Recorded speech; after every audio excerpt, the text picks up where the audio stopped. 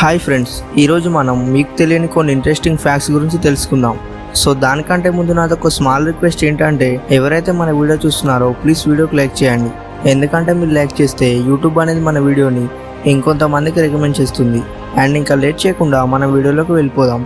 Fact number 1, మిమ్మల్ని ఎప్పుడైనా దొంగలు బలవంతంగా ఏటీఎం నుండి మనీ తీయమంటే మీరు వాళ్ళతో గొడవ పడకుండా సింపుల్గా మీ ఏటీఎం పిన్ని రివర్స్లో ఎంటర్ చేయండి. ఎగ్జాంపుల్, మీ ఏటీఎం పిన్ అనేది 1234 అయితే 4321 అని ఎంటర్ చేయండి. ఇలా ఏటీఎం పిన్ని రివర్స్లో ఎంటర్ చేస్తే ఏటీఎం మెషిన్ స్లాట్ మధ్యలో ఆగిపోతుంది అండ్ దగ్గరలో ఉన్న పోలీస్ స్టేషన్కి అలర్ట్ అనేది చేస్తుంది. అయితే ప్రతి ఏటీఎం మెషిన్లో ఈ ఫెసిలిటీ అనేది ఉంటుంది.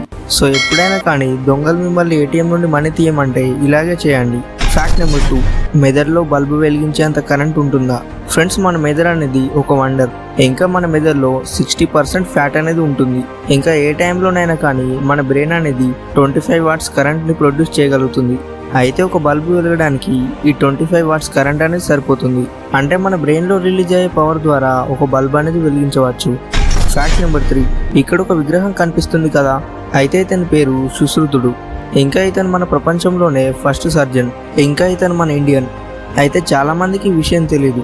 ఇంకా సర్జరీ కనిపెట్టింది ఎవరు అంటే వేరే కంట్రీస్ వాళ్ళు ఎవరు అని అనుకుంటారు, కానీ నిజానికి సర్జరీని కనిపెట్టింది మన ఇండియనే. అయితే ఈ సుశ్రుతుడు అనే ఋషి క్రీస్తు పూర్వమే ఆపరేషన్ అనే వైద్య పరీక్షను కనిపెట్టాడు. అండ్ అప్పటి నుంచే సర్జరీ అనేది కంటిన్యూ అవుతూ వస్తుంది. ఫ్యాక్ట్ నెంబర్ 4, నోట్పై గాంధీ గారి బొమ్మ అనేది ఇలా వచ్చింది. అయితే కరెన్సీ నోట్లపై ఉండే గాంధీ గారి బొమ్మ అనేది డ్రాయింగ్ వేసింది అని చాలా మంది అనుకుంటారు, కానీ నిజానికి అది డ్రాయింగ్ వేసింది కాదు.